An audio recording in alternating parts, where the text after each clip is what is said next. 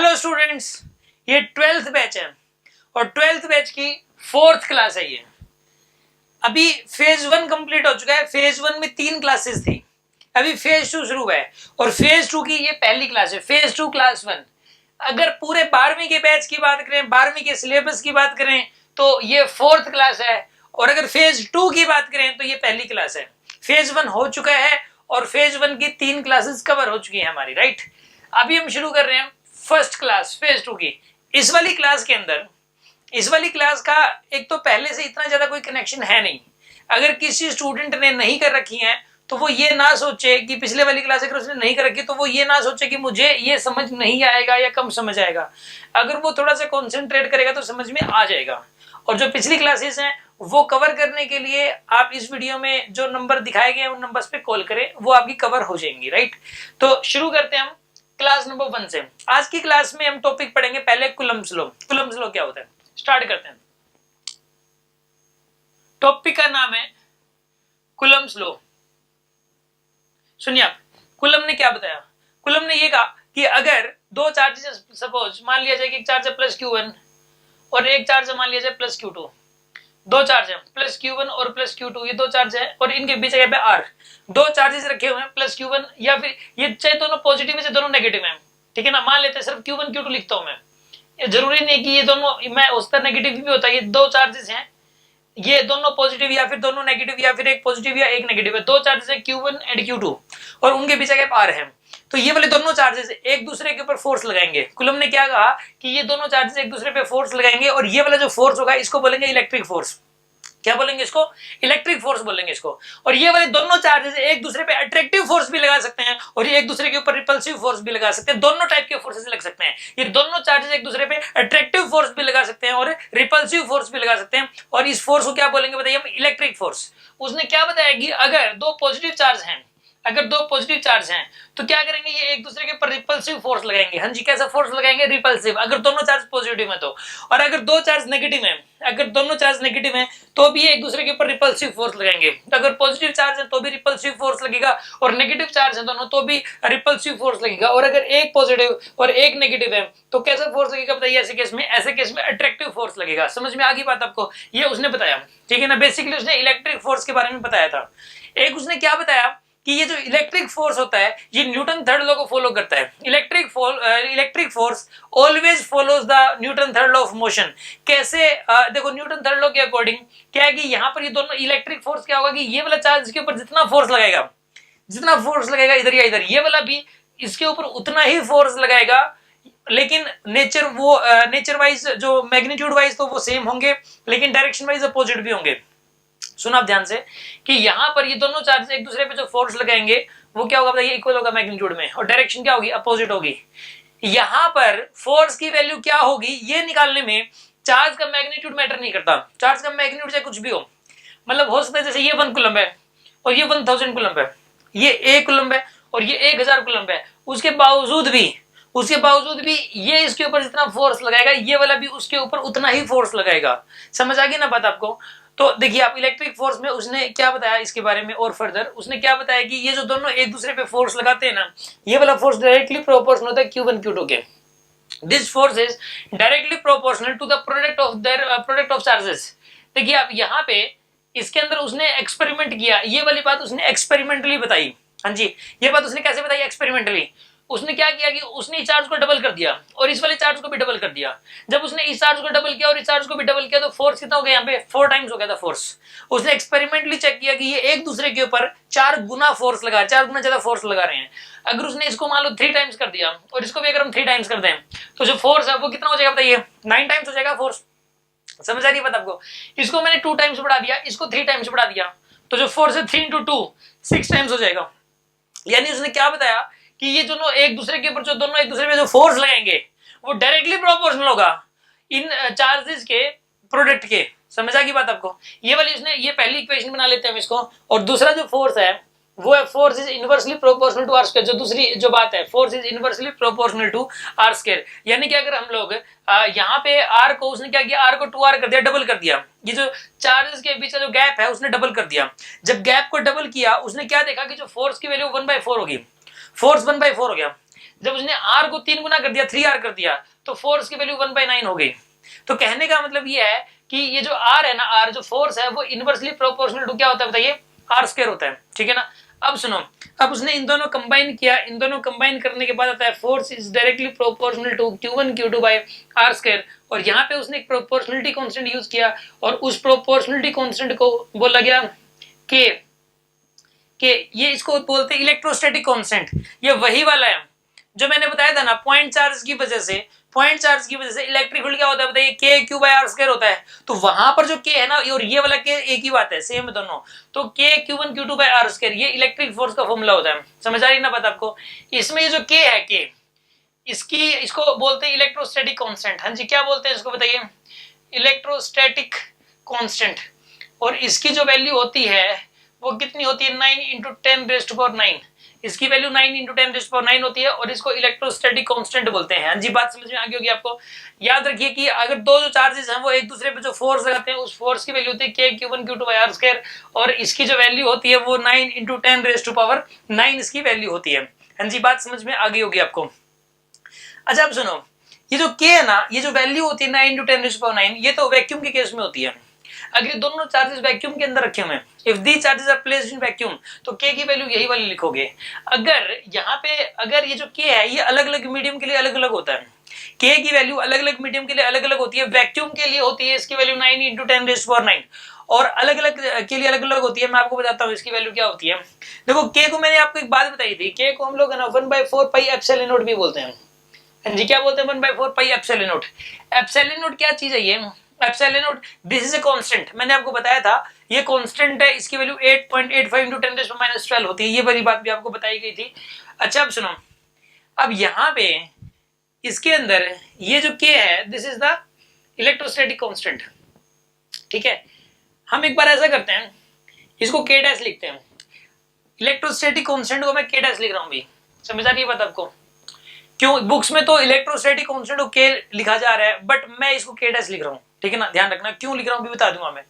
क्योंकि बुक्स में एक प्रॉब्लम है कि वहां पे डाइलेक्ट्रिक कांस्टेंट को भी K लिखा गया है और दोनों अलग अलग होते हैं। और मैं अभी डाइलेक्ट्रिक कांस्टेंट लिखने वाला हूँ, सुनो आप। इसका पूरा जो फॉर्मूला होता है वो था 1/4 पाई एप्सिलॉन नॉट K, ये वाला फॉर्मूला होता है एक्चुअल में K' का। यानी कि एक्चुअल में यहाँ पे जो K' है, this is the electrostatic constant, this is the electrostatic constant है, ठीक है। और जो ये वाला K है, दिस इज डाइलेक्ट्रिक कांस्टेंट, ये डाइलेक्ट्रिक कांस्टेंट है यहाँ पे। हाँ जी, ये K क्या है यहाँ पे, डाइलेक्ट्रिक कांस्टेंट। और ये K' क्या बताइए, इलेक्ट्रोस्टैटिक कांस्टेंट। अब सुनो, ये जो K की वैल्यू है ना, अलग अलग मीडियम की अलग अलग होती है, ठीक है ना। ये इसको डिफाइन किस तरीके से किया गया, क्या चीज है ये, इसके बारे में डिस्कशन है आगे डिटेल में। अभी आपको थोड़ा सा ये फॉर्मूला माइंड में सेट करना है कि K' की वैल्यू होती है 1/4 पाई एप्सिलॉन नॉट K, ठीक है ना। और K' यहाँ पे इलेक्ट्रोस्टैटिक कांस्टेंट है, और ये वाला जो K है, दिस इज डाइलेक्ट्रिक कांस्टेंट। समझ आ रही है बात आपको। और यहाँ पे K की वैल्यू अलग अलग मीडियम के लिए अलग अलग होती है। वैक्यूम के लिए इसकी वैल्यू 1 होती है, K की वैल्यू। वैक्यूम के लिए इसकी वैल्यू क्या होती है, 1। वैक्स के लिए इसकी वैल्यू 2 होती है। वाटर के लिए इसके की वैल्यू 81 होती है। इस K को ER भी लिखते हैं। इस K को क्या लिखा जाता है बताइए, इस K को ER भी लिखा जाता है, ER, ठीक है ना। K बोल दो या ER बोल दो, ठीक है ना। और यहाँ पे इस K को डाइलेक्ट्रिक कांस्टेंट बोलते हैं, और ये ER एक ही बात है। और ER को हम रिलेटिव इलेक्ट्रिक परमिटिविटी भी बोलते हैं, ER को, ठीक है ना। रिलेटिव इलेक्ट्रिक परमिटिविटी, ठीक है ना। देखिए आप, इसका नाम मैं लिख रहा हूं, रिलेटिव इलेक्ट्रिक परमिटिविटी। और ये क्या क्या बताइए यहाँ पे, ये डाइलेक्ट्रिक कांस्टेंट है, डाइलेक्ट्रिक कांस्टेंट। यानी कि आप इस फॉर्मूले को अगर आप चाहो तो ऐसे भी लिख सकते हो, K' = 1/4 pi epsilon not ER। हाँ जी, ऐसे भी लिखा जा सकता है इस फॉर्मूले को। बात समझ में आ गई होगी आपको।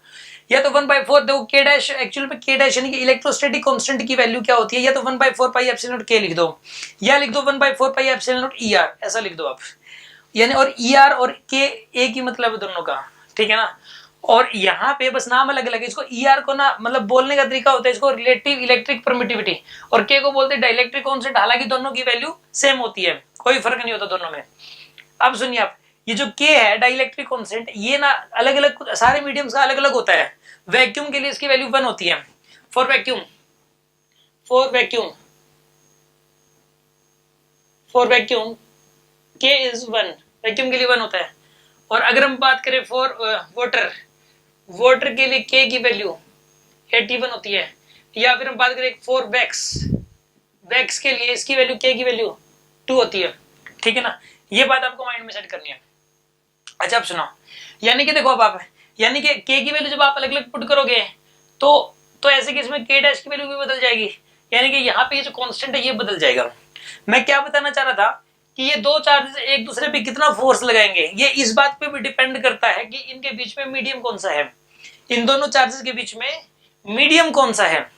अगर दो मासेस रखे हुए हैं तो वो एक दूसरे पे ग्रेविटेशनल फोर्स लगाते हैं ना, आपको ध्यान होगा। अगर दो मासेस रखे हुए हैं तो एक दूसरे पे ग्रेविटेशनल फोर्स लगाते हैं, वो एक दूसरे पे कितना ग्रेविटेशनल फोर्स लगेंगे वहां पर मीडियम पे डिपेंडेंस नहीं है, बीच में कौन सा मीडियम है। लेकिन यहाँ पे डिपेंडेंस है। अगर दो चार्जेस रखे हुए हैं तो वो एक दूसरे पे कितना फोर्स लगाएंगे, ये बात, ये जो फोर्स की वैल्यू है ये इनके बीच के मीडियम पे डिपेंड करती है। और मीडियम के चेंज होने से K डैश की वैल्यू चेंज हो जाएगी, Q1 Q2 और R स्क्वायर की वैल्यू तो वही रहेगी, K डैश चेंज हो जाएगा। और K डैश किस तरीके से चेंज होगा, K डैश का फॉर्मूला ये वाला होता है 1/4 पाई एप्सिलॉन नॉट K। इसमें एप्सिलॉन नॉट और पाई कांस्टेंट है और K की वैल्यू मीडियम के ऊपर डिपेंड करती है। अलग अलग मीडियम की वैल्यू अलग अलग होती है, जैसे कि मैंने लिखी है कुछ एक की वैल्यू, तो जो आपको याद करनी है। और मैंने आपको क्या बताया, इस K को हम लोग ER भी बोलते हैं, ठीक है ना, ER। इसका नाम होता है रिलेटिव इलेक्ट्रिक परमिटिविटी, ठीक है ना, और इसका नाम होता है डाइलेक्ट्रिक कांस्टेंट। समझ में आ गई होगी बात आपको। ये आपको नोट डाउन करना है और याद भी करना है, माइंड में सेट करना है। नोट करने के लिए 30 सेकेंड्स।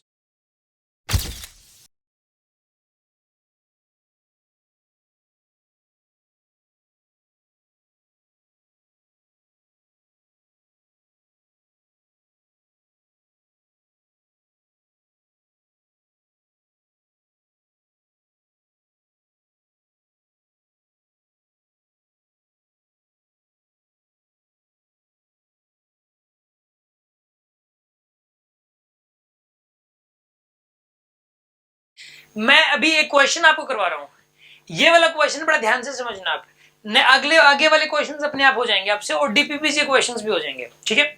क्वेश्चन ये है कि यहाँ पे तीन चार्जेस हैं, एक तो 2Q का चार्ज है, एक -Q का चार्ज है, ठीक है, और एक +3Q का चार्ज है। ये तीन चार्जेस आपको दे रखे हैं, ये R है गैप, इनके भी जगह पे R है, और एक इनके बीच जगह भी R है, ठीक है। इन दोनों चार्ज के बीच जगह पे R और इन दोनों के बीच भी R है।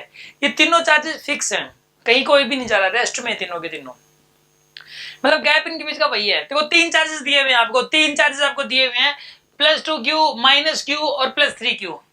इन दोनों के बीच जगह पे R और इन दोनों के बीच जगह भी R है। आपको ये बताना है कि इसके ऊपर नेट फोर्स कितना लगेगा, फिर बताना है इसके ऊपर नेट फोर्स कितना लगेगा, और फिर बताना है इसके ऊपर नेट फोर्स कितना लगेगा। क्वेश्चन ये है कि फाइंड नेट फोर्स, फाइंड, देखो मैं ऐसा करता हूँ, find F net on 2Q। एक तो ये लिखना आपको, एक आपको बताना है कि F नेट ऑन -Q, एक बताना है नेट फोर्स ऑन 3Q। ये आपको जवाब देने हैं, ठीक है ना। कैसे करेंगे हम इस क्वेश्चन को सॉल्व, सुनिए आप, एक काम करो, देखो पहले इसके ऊपर ऐसा करो, आप पहले तो ये सोचो कि यहाँ पे बताइए ये एक दूसरे के ऊपर फोर्स लगाएंगे नहीं लगाएंगे, ये एक पेयर बन रहा है। मैं इसको सोल्व करके दिखा रहा हूँ, नेक्स्ट क्वेश्चन आपको करके दिखाना है। देखो पहले तो एक बात बताइए, ये एक पेयर बन रहा है कि नहीं बन रहा है, इन दोनों चार्जेस का, ये एक पेयर बन रहा है, +2Q का और -Q का एक पेयर बन रहा है। पहले सिर्फ इस पेयर के बारे में सोचो, इसको छोड़ दो आप, पहले आप इस पेयर के बारे में सोचो, +2Q और -Q का जो पेयर बन रहा है, आप इस पेयर के बारे में सोचिए, आप एक बार इसको छोड़ दीजिए। आप ये बताइए, ये दोनों एक दूसरे पे जो फोर्स लगाएंगे वो रिपल्सिव होगा अट्रैक्टिव होगा, इसका आंसर है कि अट्रैक्टिव होगा। यहाँ पर ये +2Q है, -Q है, दोनों अट्रैक्टिव फोर्स लगाएंगे एक दूसरे के ऊपर, हाँ जी लगाएंगे कि नहीं लगाएंगे, क्योंकि ये पॉजिटिव चार्ज है और ये नेगेटिव चार्ज होता है, अट्रैक्टिव फोर्स लगाएंगे, मानते हो कि नहीं मानते। अभी जो अट्रैक्टिव फोर्स है इसकी वैल्यू F1 मान लीजिए आप, हाँ जी इसकी वैल्यू क्या मान ली मैंने, F1। इस फोर्स की वैल्यू कितनी मान ली, F1। इस F1 की वैल्यू बताओ कितनी हो जाएगी यहाँ पे, इस F1 की वैल्यू होगी K into 2Q into -Q divide by R, हाँ जी होगी ना, K इंटू, यहाँ पे ना माइनस साइन को रहने दो एक बार, माइनस साइन तो इस बात को रिप्रेजेंट करेगा कि अट्रैक्टिव है। यहाँ पे मैग्नीट्यूड लिखो सिर्फ, इस फॉर्मूले के अंदर K Q1 Q2 का R स्क्वायर के Q1 Q2 bye R square. इस फॉर्मूले में क्या पुट करोगे, सिर्फ और सिर्फ मैग्नीट्यूड, और वैसे दिमाग लगा के सोच लोगे कि फोर्स अट्रैक्टिव है कि रिपल्सिव, उस हिसाब से डायरेक्शन भी दिखा दोगे आप। अब ये बताइए आप इसके अंदर इसको सोल्व करिए आप। इसको सोल्व करने के बाद आंसर आएगा 2 इंटू में K इंटू में Q square divide by R square, ये आंसर आएगा इसका। ये F1 आ गया, F1 इस पे भी लग रहा है और इस पे भी लग रहा है। अभी अगले पेयर की बात करिए, इसको इस वाले क्वेश्चन को पेयर्स की फॉर्म में सोचोगे आप। इस वाले और इस वाले पेयर की बात करिए आप, ये वाले जो दोनों पेयर्स हैं, ये +3Q का और -Q का, इसको भूल जाइए आप एक बार, आप इसको भूल जाइए। अब बात करिए इस वाले पेयर की। इस वाले पेयर की बात करें तो बताइए, ये इसके ऊपर फोर्स लगेगा इधर, और ये वाला इसके ऊपर इधर फोर्स लगेगा, ठीक है ना। ये वाला इसके ऊपर इधर फोर्स लगेगा और ये वाला इसके ऊपर इधर फोर्स लगेगा। हाँ जी, इस फोर्स की वैल्यू बताइए कितनी होगी यहाँ पे, F2 की वैल्यू हो जाएगी K इंटू में Q। मैंने कहा था मैग्नीट्यूड पुट करना है बस। इस पेयर की बात कर रहे हैं हम लोग, हाँ जी इस पेयर की बात कर रहे हैं। यहाँ पे दो चार्ज -Q और +3Q, यहाँ पे इसका मैग्नीट्यूड आएगा Q का, और इसका मैग्नीट्यूड कितना बताइए यहाँ पे 3Q का, डिवाइडेड बाय क्या करोगे आप यहाँ पे आर स्क्वायर, यानी क्या लिखोगे बताइए यहाँ पे 3KQ स्क्वायर बाय में आर स्क्वायर, ये आएगा यहाँ पे 3KQ square by R square. ये F2 की वैल्यू आ गई। अब मुझे एक बात बताइए आप मुझे, ये वाला चार्ज है और एक ये वाला चार्ज है, इसका एक पेयर बनेगा। आप ये मत सोचना सर बीच में ये चार्ज पड़ गया, ये इससे इसको छोड़ दो आप, ये मैटर नहीं करता, इस चार्ज को हटाओ बीच में से। ये जो दोनों चार्ज है, ये भी इसका भी एक पेयर बनेगा, ये भी एक दूसरे के ऊपर फोर्स लगाएंगे। हाँ जी लगाएंगे कि नहीं लगाएंगे, ये 2Q और 3Q, ये दोनों चार्जेस भी एक दूसरे के ऊपर फोर्स लगाएंगे। और ये देखिए कितना फोर्स लगाएंगे, मान लीजिए ये बताइए, ये तो इसको एक बार भूल जाओ आप, ये है ही नहीं। तो आप मुझे एक बात बताओ, ये वाले दोनों चार्जेस एक दूसरे पे अट्रैक्टिव फोर्स लगाएंगे, रिपल्सिव फोर्स लगाएंगे। इसका आंसर है कि ये दोनों एक दूसरे पे रिपल्सिव फोर्स लगाएंगे, क्योंकि ये भी पॉजिटिवली चार्ज है, ये भी पॉजिटिवली चार्ज है। ये फोर्स F3 मान लीजिए आप। इस F3 की वैल्यू बताइए कितनी होगी यहाँ पे इस F3 की जो वैल्यू हो जाएगी इसके अंदर,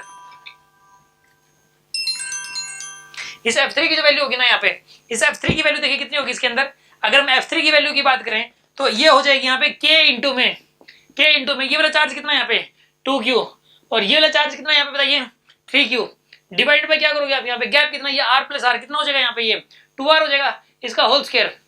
यहाँ पे K इंटू में 2Q into 3Q divide by 2R का स्क्वायर, क्योंकि इसके और इसके बीच गैप 2R है। हाँ जी बात समझ में आ रही होगी आपको, कोई प्रॉब्लम है किसी के मन में। अच्छा आप सुनिए, आप इसको सॉल्व करिए, कितना आ जाएगा यहाँ पर, ये यहाँ पर आ जाएगा 6KQ स्क्वायर डिवाइड बाय में 4R स्क्वायर, ये आएगा आपके पास। और यहाँ पे आएगा ये 3KQ स्क्वायर डिवाइड बाय में 3KQ स्क्वायर बाय में, ये 3KQ स्क्वायर बाय में 2R स्क्वायर, ये आपके पास आ जाएगा 3KQ स्क्वायर बाय में 2R स्क्वायर। ये आपके पास फोर्स F3 की वैल्यू आ जाएगी आपके पास। समझ में आ गई की बात आपको, ये आपके पास 3 फोर्सेज आ गए। अब मुझे एक बात बताइए, ये वाले जो दोनों चार्जेस होंगे, ये एक दूसरे पे जो फोर्स लगाएंगे वो कैसा रहेंगे, रिपल्सिव। तो मैं F3 इसके ऊपर इधर दिखा देता हूँ F3, और इसके ऊपर भी मैंने F3 इधर दिखा दिया। यहाँ पर ये दोनों एक दूसरे पे रिपल्सिव फोर्स लगेंगे, मानते हो ना, और ये रिपल्सिव लगाएंगे तो F3 इसकी वजह से इसके ऊपर इधर लगेगा और इसकी वजह से इसके ऊपर इधर लगेगा, और F3 की वैल्यू ये वाली हो जाएगी। हाँ जी बात समझ में आ गई आपको। देखो हर चार्ज के ऊपर, देखो इस चार्ज के ऊपर 2 फोर्स लग रहे हैं, इसकी वजह से लग रहा है ये वाला F1 और इसकी वजह से लग रहा है ये F3। इसके ऊपर भी 2 फोर्स लग रहे हैं, इसकी वजह से लग रहा है इधर F1 और इसकी वजह से लग रहा है ये वाला F2। मैंने F2 नहीं लिखा था यहाँ पे, ठीक है ना। और इसके ऊपर भी 2 फोर्सेस लग रहे हैं, इसकी वजह से लग रहा है ये F2 और इसकी वजह से लग रहा है ये F3, ठीक है ना। अच्छा एक बात बताइए आप, F1 और F3 इन दोनों में से बड़ा कौन सा है, F1 और F3 में से? देखिए आप, ये तो है 2KQ by KQ square by R square, और ये 3/2 KQ square by R square, ये तो 3/2 नहीं 1.5 हो गया, और ये 2 है, तो F1 बड़ा हुआ ना F3 से। हाँ जी बड़ा कौन सा है इसके अंदर, F1 बड़ा है किससे, F3 से। F1 बड़ा है ना यहाँ पे। तो एक बात बताइए, इसमें से F1 बड़ा है और F3 छोटा है, तो यानी कि इसके ऊपर नेट फोर्स इधर लगेगा, और कितना लगेगा, दिस माइनस दिस करोगे आप, यानी कि इसका जो आंसर आएगा वो लिखोगे आप 2KQ square by R square, ठीक है ना। इसमें से आप माइनस करोगे क्या, ये वाला माइनस में 3KQ स्क्वायर बाय में R स्क्वायर। इसको सोल्व कर लीजिए, आंसर आ जाएगा आपके पास 1/2KQ square by R square आएगा आंसर इसका, 1/2KQ square by R square. अब इसकी बात करते हैं, नेट फोर्स और -Q के ऊपर बताइए आप, इसके ऊपर 2 फोर्सेस लग रहे हैं, एक इधर F1 एक इधर F2। F1 बड़ा है कि F2 बड़ा है बताइए, इसके अंदर F2 बड़ा है और F1 छोटा है। तो आप ऐसा करो, बड़े में से छोटा घटा दोगे आप, दिस माइनस दिस करोगे, यानी आप लिखोगे यहाँ पे 3KQ square by R square, इसमें से माइनस करोगे ये वाला 2KQ square by R square को, 2KQ square by R square को, और ये 3KQ square by R square की डायरेक्शन कौन सी थी, F2 की डायरेक्शन ये वाली थी ना। तो इसमें से ये घटाओगे तो नेट फोर्स देखो इधर बचेगा, F2 बड़ा F1 छोटा, तो नेट फोर्स इधर बचाना इसके अंदर, तो ये डायरेक्शन इसकी इधर आएगी, और इस वाले की डायरेक्शन, इसके अंदर कौन सा बड़ा था बताइए, F1 बड़ा था इसके अंदर, F1 minus F2, F1 minus F3, F1 इस तरफ था, तो इसकी डायरेक्शन भी इधर ही आती है इसके अंदर, ये इधर आएगी इसकी डायरेक्शन भी। अब फोर्स ऑन 3 क्यों निकालना है अपने को, अब एक बात बताइए, F2 बड़ा है कि F3 बड़ा है इसके अंदर, हाँ जी F1 बड़ा है कि F3 बड़ा, F1 और F3 में से F1 बड़ा है, F2 और F3 सॉरी F2 और F3 में से इसके ऊपर एक तो F2 लग रहा है और एक F3 लग रहा है, तो F2 बड़ा या F3 बड़ा, तो इसके अंदर F2 बड़ा, ये वाला बड़ा ये वाला छोटा है, तो आप ऐसा करो इसमें से ये माइनस कर दो आप, तो बताइए क्या लिखोगे इसके अंदर, यहाँ पे लिखोगे 3kq स्क्वायर बाय में r स्क्वायर माइनस का 3/2 kq स्क्वायर बाय में r स्क्वायर, और ये डायरेक्शन किस तरफ आएगी इसकी, जो F2 वाली डायरेक्शन है वही आ जाएगी, यहाँ पे जो F2 वाली डायरेक्शन है वही वाली आ जाएगी। हाँ जी बात समझ में आ गई होगी आपको, ठीक है ना। तो इस प्रकार जो है ना हर एक चार्ज के ऊपर जो नेट फोर्स लगेगा वो हम निकाल सकते हैं, इसको नोट कर लीजिए। आपको टाइम दिया जा रहा है 30 सेकेंड्स।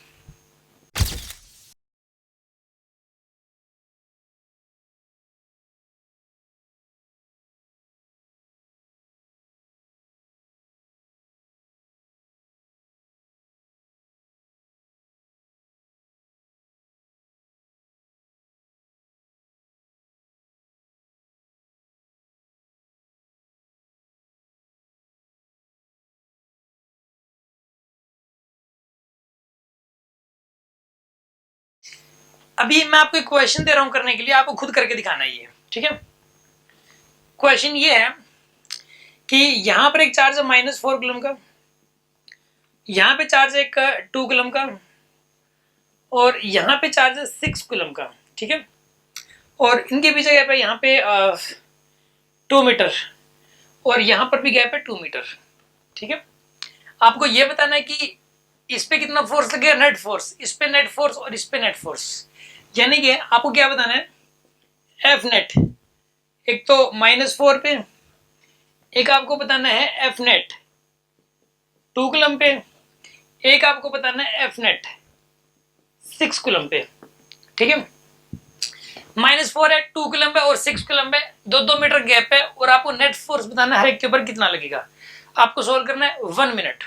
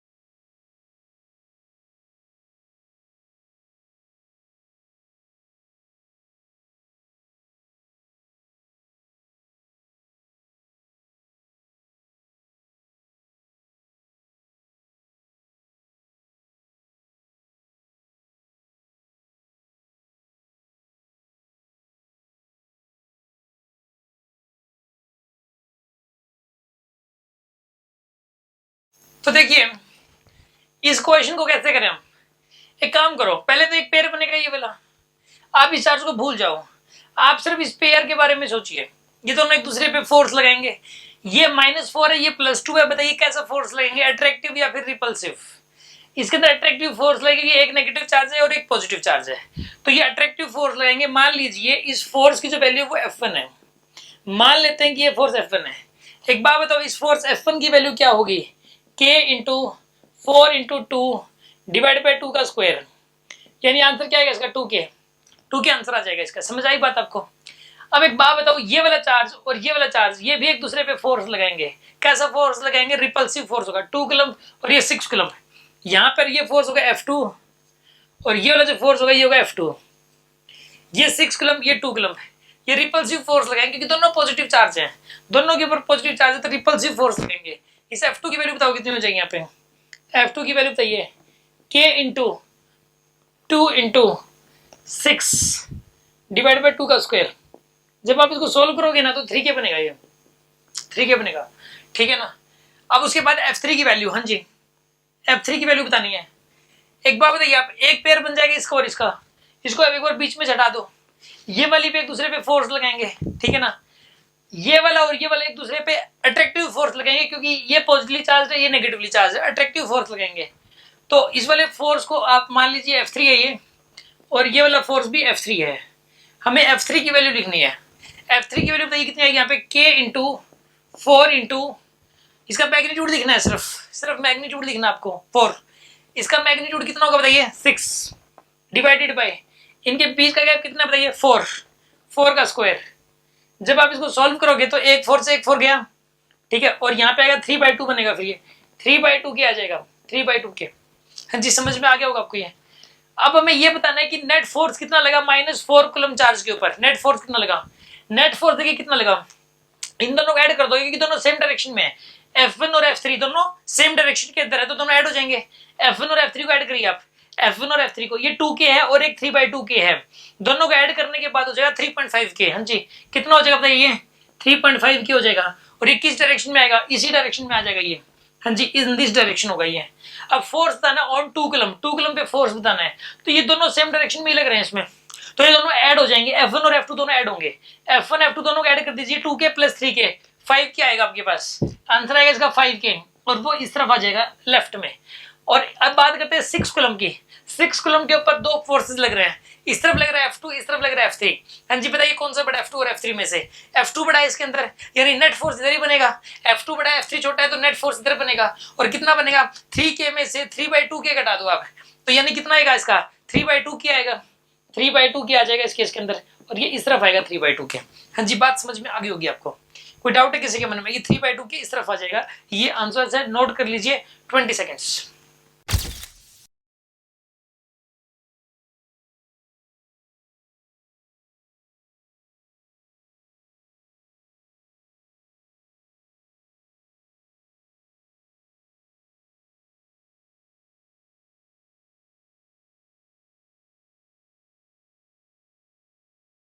मैं एक क्वेश्चन और दे रहा हूं, ये आपको करके दिखाना है, ठीक है। यहां पर एक ट्रायंगल है, ये वाली एक इक्विलेटरल ट्रायंगल है, हर साइड 6 मीटर के बराबर है इसमें, each side is equal to 6 metre. और यहां पे चार्ज है 2 कूलम का, यहां पे चार्ज है 2 कूलम का, और एक इसके सेंट्रोइड पे चार्ज है -4 कूलम का, ठीक है। इसके सेंट्रोइड के ऊपर चार्ज रखा हुआ -4 कूलम का, यहाँ पे 2 कूलम, यहाँ पे 2 कूलम, यहाँ पे 6 मीटर, ये 6 मीटर, ये 6 मीटर। इक्विलेटरल ट्रायंगल है ये, इक्विलेटरल ट्रायंगल। और एक ये बात मेंशन कर दी गई है कि -4 coulomb is at the centroid, -4 coulomb is placed at centroid, ये भी गिवन है। ओके, आपको ये बताना है। और ईच साइड कितनी रखी है आपको बताइए इसकी, 6 मीटर। ये तो क्वेश्चन है, आपको ये बताना है -4 कूलम चार्ज पे नेट फोर्स कितना लगेगा। Find net force on -4 coulomb charge. हाँ जी, आपको सॉल्व करना है ये 1 मिनट।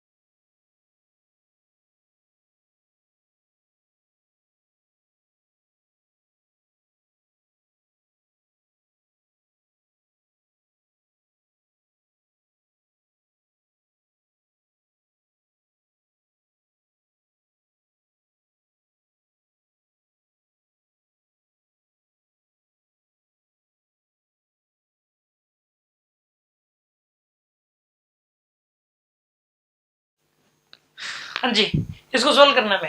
ठीक, कैसे करेंगे हम इसको सोल्व, एक काम करो, सिर्फ इस पे निकालना है ना, तो ये एक दूसरे पे कितना फोर्स लगाएंगे उसकी जरूरत नहीं है। ये देखिए आप, ये दोनों एक दूसरे पे कितना लगाएंगे। सबसे पहले तो ये डिस्टेंस पता होनी चाहिए। इक्विलेटरल ट्रायंगल में सेंट्रोइड और वर्टेक्स के बीच की डिस्टेंस a/√3 होती है, ये बात पहले भी बताई जा चुकी है, a/√3, ठीक है, a/√3 होती है। सेंट्रोइड और वर्टेक्स के बीच की डिस्टेंस है, इक्विलेटरल ट्रायंगल है, उसके अंदर सेंट्रोइड और वर्टेक्स के बीच की गैप क्या होता है, a/√3, यानी कि साइड डिवाइडेड बाय √3। तो आप एक बात बताइए, पहले तो ये वाली साइड मान लीजिए x है, पहले तो मैं इस x की वैल्यू फाइंड आउट करनी है।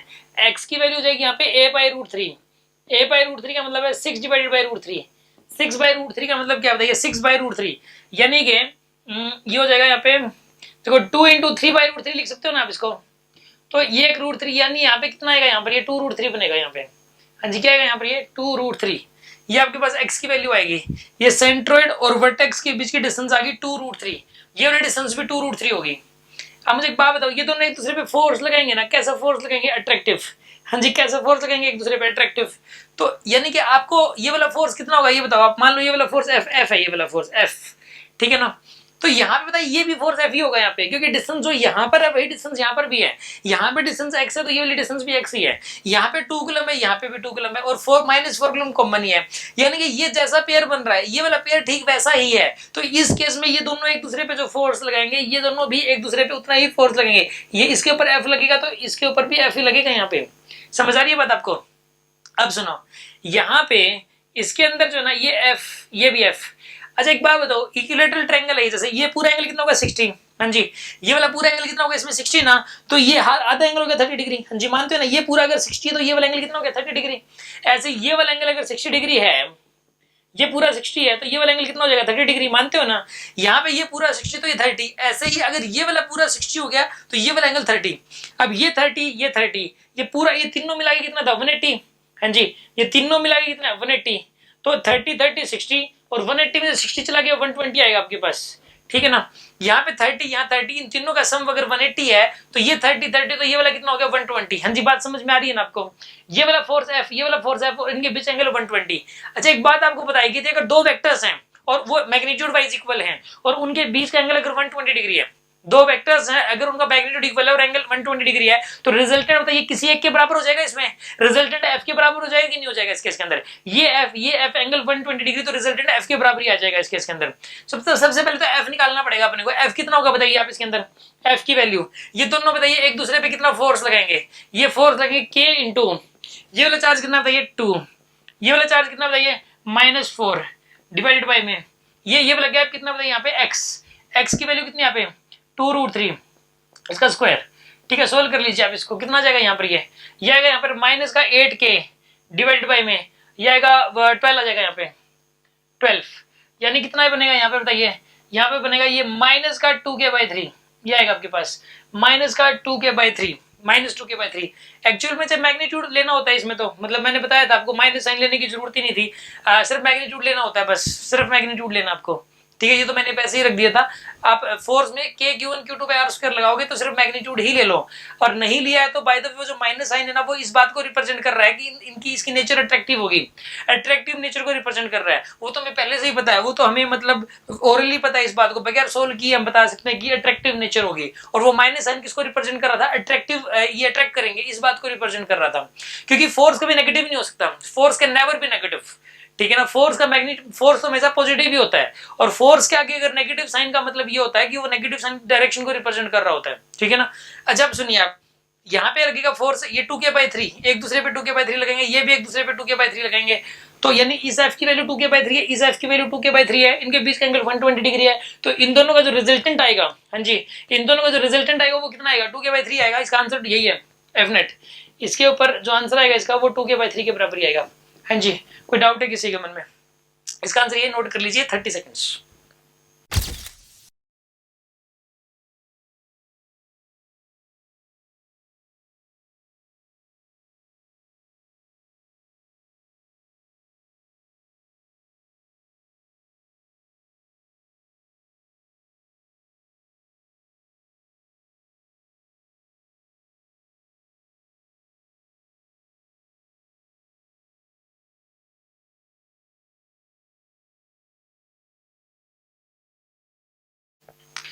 अभी मैं आपको एक इंपॉर्टेंट बात बताने जा रहा हूं, ये वाली बात पूरी +2 में जरूरत पड़ेगी इसकी, ठीक है।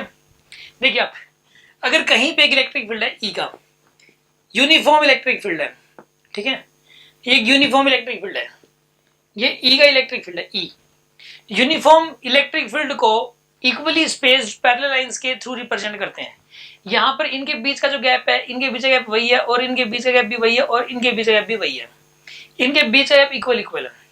ये इक्वली स्पेस्ड पैरेलल लाइंस हैं, and equally spaced parallel lines के थ्रू रिप्रेजेंट किया जाता है इलेक्ट्रिक फील्ड को। Electric field is represented by equally spaced parallel lines. Electric field E का है। अगर इसके अंदर एक प्लस क्यू का चार्ज रख दिया, किसी अलग से किसी एक्सटर्नल इलेक्ट्रिक फील्ड में चार्ज देते क्यू का, इसका खुद का भी एक इलेक्ट्रिक फील्ड होगा, उसके बारे में मत सोचो। इसका जो खुद का जो इलेक्ट्रिक फील्ड होगा वो तो बहुत कम होगा, और जो बाहर वाला इलेक्ट्रिक फील्ड है वो बहुत ज्यादा है। ठीक है, तो एक बार जब किसी एक्सटर्नल इलेक्ट्रिक फील्ड में एक चार्ज रखते हैं तो इसके खुद के इलेक्ट्रिक फील्ड के बारे में तो सोचते ही नहीं है। मान लो यहाँ पे रख दिया मैंने, ठीक है, तो जैसे ही चार्ज को रखते हैं ना, तो साइंटिस्ट लोगों ने ये देखा कि इसके ऊपर अपने आप एक फोर्स लग जाता है, और वो फोर्स किधर लगता है? इलेक्ट्रिक फील्ड की डायरेक्शन में। इलेक्ट्रिक फील्ड इस तरफ है ना, तो जो फोर्स है वो इस तरफ ही लगेगा, एफ का फोर्स इस तरफ लगेगा, इलेक्ट्रिक फील्ड की डायरेक्शन में लगेगा। इस फोर्स की वैल्यू होती है Q इंटू ई के बराबर। हाँ जी, इस फोर्स की वैल्यू क्या होती है? Q इंटू ई के बराबर। देखो रूल क्या होता है कि अगर किसी चार्ज को किसी एक्सटर्नल इलेक्ट्रिक फील्ड में रख दिया जाए, then it experience a force. इसके ऊपर एक फोर्स लगेगा which is equal to Q into E. Charge और इलेक्ट्रिक फील्ड को मल्टीप्लाई कर दो, ठीक है। और अगर और ये फोर्स किस डायरेक्शन में लगेगा? जिधर इलेक्ट्रिक फील्ड है उसी डायरेक्शन में। अगर ये चार्ज पॉजिटिव हुआ तो, और अगर नेगेटिव हुआ तो, सुना आप, अगर नेगेटिव हुआ तो इसके ऊपर जो फोर्स लगेगा वो इस डायरेक्शन में लगेगा, इलेक्ट्रिक फील्ड के अपोजिट में। समझ में आ रही है बात आपको? यानी कि याद क्या करना आपको, ध्यान सुनिए आप, ये इंपॉर्टेंट बात है। अगर एक पॉजिटिव चार्ज को किसी एक्सटर्नल इलेक्ट्रिक फील्ड में रख दें तो उस चार्ज के ऊपर अपने आप एक फोर्स लगता है, और उस फोर्स की डायरेक्शन होती है इलेक्ट्रिक फील्ड की डायरेक्शन सेम, और उसकी वैल्यू QE के बराबर होती है उस फोर्स की वैल्यू। और अगर एक नेगेटिव चार्ज को E के इलेक्ट्रिक फील्ड में रख दें तो ऐसे केस में उसके ऊपर भी फोर्स QE का ही लगता है, QE का, लेकिन इलेक्ट्रिक फील्ड के अपोजिट में लगता है वो। समझ में आ गई ना बात आपको? अभी हम इसको एक क्वेश्चन के थ्रू और भी क्लियर कर देंगे। सबसे पहले आप इसको लिख लीजिए, नोट कर लीजिए इस बात को। When A positive charge, when A charge is placed in an external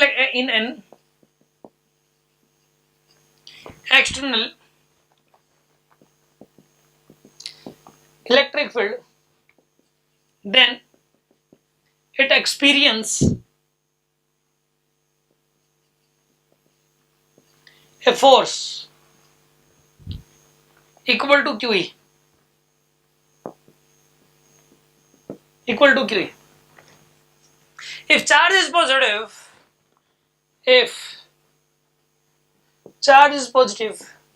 then force is in the same direction of electric field. In the same direction of electric field. And if charge is negative, then force is in opposite direction of electric field. Opposite direction of electric field. समझ में आ गई बात आपको? Note कर लीजिए 30 seconds.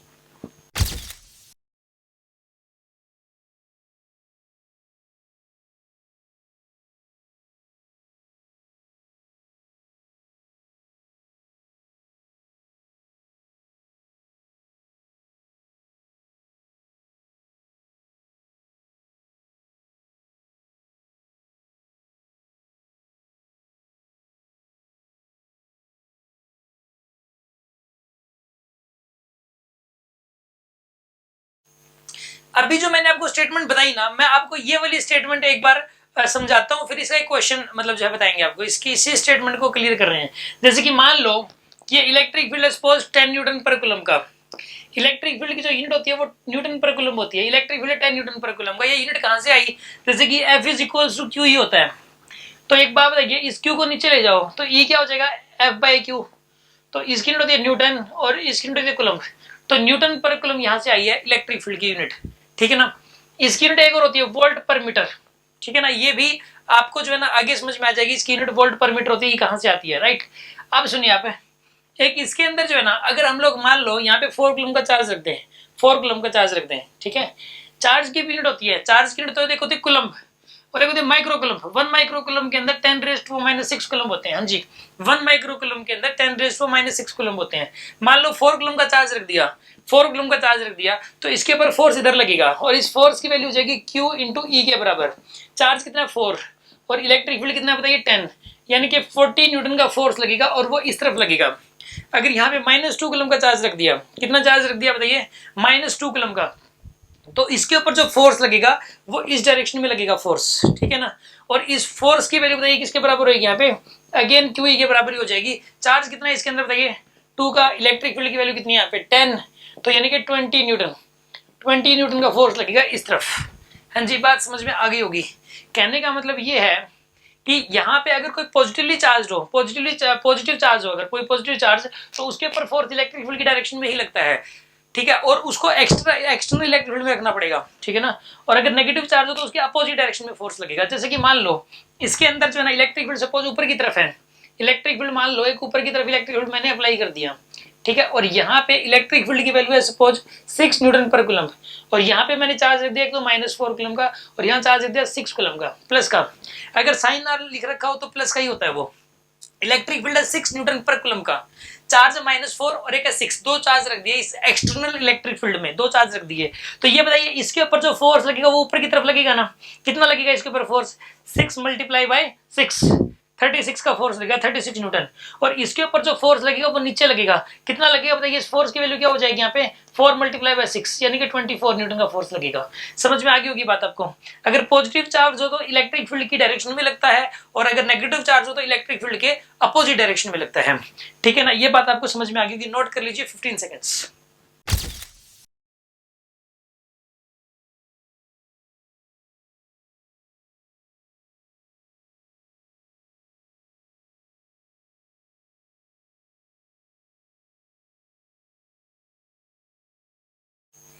अभी देखिए एक क्वेश्चन के थ्रू मैं आपको समझा रहा हूं, ठीक है ना। ये जो कॉन्सेप्ट है, एक क्वेश्चन है, ये एक बिल्डिंग है, राइट, एक बिल्डिंग है, ऊंची सी बिल्डिंग है। अब यहां पे जो है ना एक स्टूडेंट है, मान लो एक स्टूडेंट ऊपर चला गया, ठीक है ना, इसके नंबर कम आए थे, एग्जाम में फेल हो गया, 2 साल खूब तैयारी की, खूब मेहनत की इसने, लेकिन बेचारा रह गया, 10 नंबरों से रह गया, ठीक है।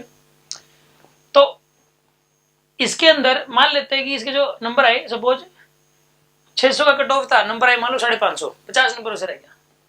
इसने क्या किया, बिल्डिंग पे चला गया और ये कूदने की तैयारी करना शुरू हो गया कि भाई चलो मैं कूद जाता हूँ। लेकिन नीचे इसका फ्रेंड आ गया एक, उसके फ्रेंड ने देख लिया, भाई ये क्या यार, ये तो कूदने जा रहा है भाई। इसने उसको चला, भाई मत कूद यार, तू तेरे 500 नंबर तो आए हैं, इधर तो 100 ही नंबर है भाई, फिर भी तू तो कुछ नहीं कर रहा, तू कूद रहा है बता। लेकिन इसने जो इसकी बिल्कुल नहीं सुनी। ये ए है मान लो, ये बी है, ए ने बिल्कुल नहीं सुनी इसकी, और ए ने आखिर जंप लगा दिया। ए का मास था, ए का मास है मान लिया जाए 60 kg, ये ए का मास है, ठीक है। अब जैसे ही ए जंप लगाने को हुआ, बी ने सोचा यार इसको बचाना तो पड़ेगा। इस बी को याद आया ये जेब में चार्ज रखता था, चार्ज, ठीक है ना। वैसे चार्ज को जेब में रखा नहीं जा सकता, मान लो एक बार कि इसकी जेब में जो है ना चार्ज रखता था। इसके हाथ में एक टॉर्च थी जिसमें से इलेक्ट्रिक फील्ड निकलता था। इसने तुरंत इलेक्ट्रिक फील्ड ऊपर की तरफ अप्लाई कर दिया।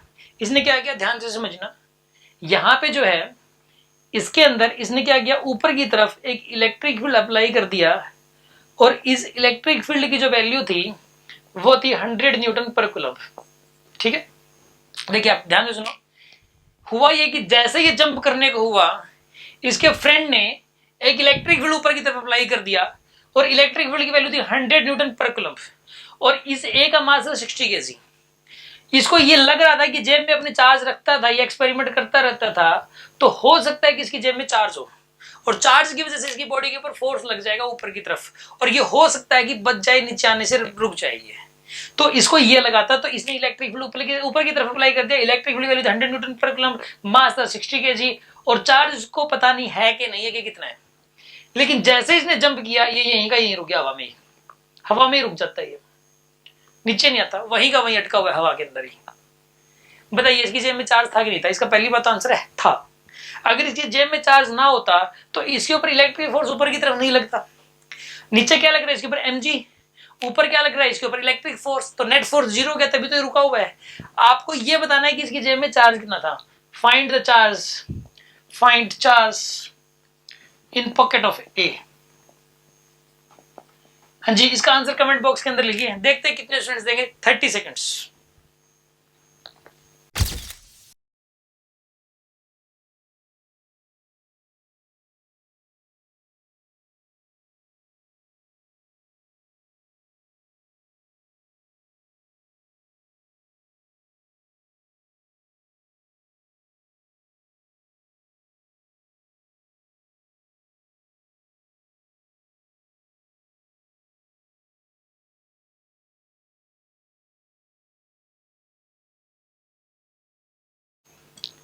हाँ जी, ये आपने सॉल्व कर लिया होगा, ठीक है ना।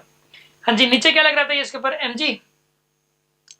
हाँ जी, mg की वैल्यू कितनी जाएगी 600 न्यूटन। mg कितना लगेगा 600 न्यूटन। m इंटू जी मास 60 kg, जी की वैल्यू 10। ऊपर क्या लगेगा इसके ऊपर QE, क्योंकि पॉजिटिव चार्ज था तभी तो ये इलेक्ट्रिक फील्ड तो ऊपर की तरफ है, तो चार्ज तो पॉजिटिव ही रहा होगा, तो फोर्स तभी तो ऊपर की तरफ लगा है QE का। E की वैल्यू 100 है यहाँ पे, तो यानी कि 100 क्यू बन गया ये 100 क्यू। ऊपर की तरफ फोर्स लगा 100 क्यू का, नीचे की तरफ फोर्स लगा 600 का, और इसके ऊपर नेट फोर्स 0 है तभी तो ये हवा में लटका हुआ है ना। तो यानी कि इसके अंदर क्या करोगे आप 100 क्यू इज इक्वल टू 600 करोगे आप, और क्यू की वैल्यू क्या आ जाएगी, तो ये 6 कूलम। आंसर है 6 कूलम। इसकी पॉकेट के अंदर 6 कूलम चार्ज था। बात समझ में आ गई होगी आपको, नोट कर लीजिए 15 सेकेंड्स।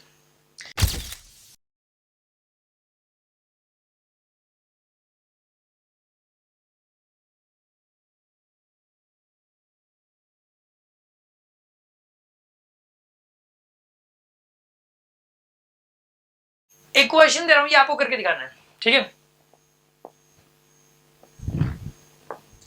यहां पे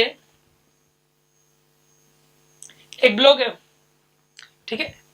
ब्लॉक का जो मास है वो 4 kg का ब्लॉक है, ठीक है ना, और इसके ऊपर चार्ज भी है। इसके ऊपर चार्ज है 6 कूलम का, और नीचे वाला सरफेस एक स्मूथ सरफेस है। नीचे वाला सरफेस क्या सरफेस है, एक स्मूथ सरफेस है, और यहाँ पे एक इलेक्ट्रिक फील्ड अप्लाई कर दिया गया, ठीक है ना। इलेक्ट्रिक फील्ड अप्लाई कर दिया गया 10 न्यूटन पर कूलम का इलेक्ट्रिक फील्ड अप्लाई कर दिया गया, ठीक है। पहले रेस्ट में रखा हुआ था, इसकी इनिशियल वेलोसिटी 0 थी। एक 4 kg का ब्लॉक है, इसके ऊपर चार्ज है 6 कूलम, और ये रेस्ट में रखा हुआ है। हुआ ये कि किसी ने 10 न्यूटन पर कूलम का इलेक्ट्रिक फील्ड अप्लाई कर दिया। आपको ये बताना है कि इसकी जो वेलोसिटी है वो कितनी हो जाएगी आफ्टर द 8 सेकंड्स। 8 सेकंड के बाद इसकी वेलोसिटी कितनी हो जाएगी। Find velocity after 8 seconds. Question ये है, आपको मिल रहा है 1 मिनट।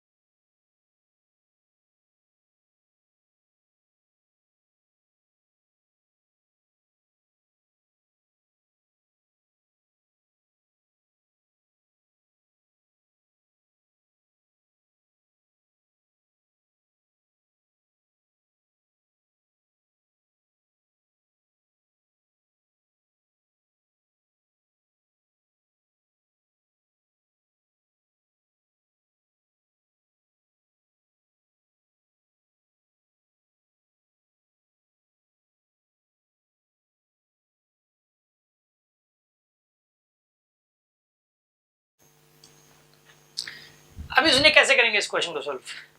सबसे पहले तो क्या करेंगे, इसके ऊपर ये देखेंगे कि नेट फोर्स कितना लग रहा है। इसके ऊपर जो इलेक्ट्रिक फोर्स लगेगा वही है बस। अगर इसके ऊपर चार्ज है तो इसके ऊपर इलेक्ट्रिक फोर्स लगेगा इस तरफ, क्योंकि इलेक्ट्रिक फील्ड इस तरफ है और चार्ज पॉजिटिव है इसके पास, तो इलेक्ट्रिक फोर्स इधर लगेगा। हाँ जी, ये बताइए आप इलेक्ट्रिक फोर्स कितना लगेगा इसके ऊपर। QE के बराबर है, QE। चार्ज कितना है 6, इलेक्ट्रिक फील्ड कितना 10, यानी कि 16 न्यूटन का फोर्स लगेगा इस डायरेक्शन में। हाँ जी, मानते हो कि नहीं मानते। इसके ऊपर 16 न्यूटन का फोर्स लगेगा इस तरफ। अब मुझे एक बात बताइए, 60 न्यूटन का फोर्स इस तरफ लग गया, एक्सेलरेशन कितना आएगा इसका। एक्सेलरेशन फोर्स बाय मास हो जाएगा इसके अंदर, फोर्स बाय मास। फोर्स है 60 न्यूटन का, और मास कितना बताइए इसका 4 kg का, तो एक्सेलरेशन कितना आएगा बताइए इसका 15 मीटर पर सेकंड स्क्वायर का। हाँ जी, इसका एक्सेलरेशन होगा 15 मीटर पर सेकंड, उसका एक्सेलरेशन होगा नहीं होगा, होगा ना, 15 मीटर पर सेकंड उसका एक्सेलरेशन होगा। 8 सेकंड बाद वेलोसिटी बतानी है, v equal to u plus a t, v equal to u plus a t. v की वैल्यू में निकालनी है इसके अंदर है, u की वैल्यू कितनी बताइए 0, u की वैल्यू 0 है, एक्सेलरेशन कितना है 15, एक्सेलरेशन 15 है, और टाइम कितना बताइए इसके अंदर 8 सेकंड है, टाइम 8 सेकंड है, तो कितना आएगा यहाँ पे 120 मीटर पर सेकंड, ये आंसर आएगा इसका 120 मीटर पर सेकंड। समझ में आ गया होगा आपको, नोट कर लीजिए 10 सेकंड्स।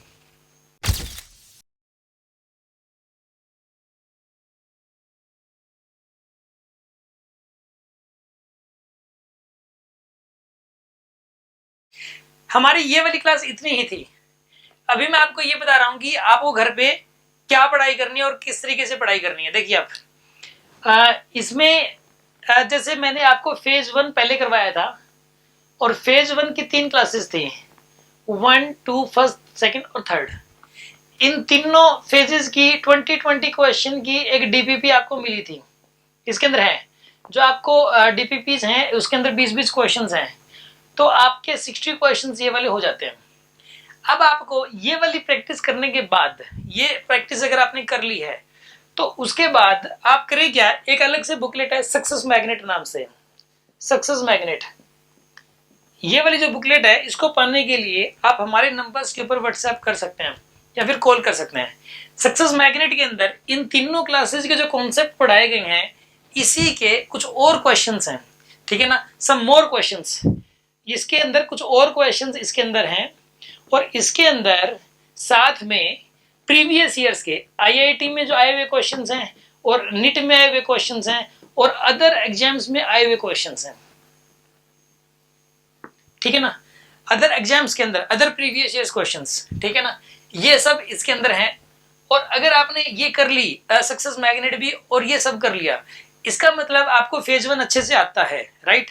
फिर आप उसका टेस्ट पेपर दे सकते हैं, ठीक है ना।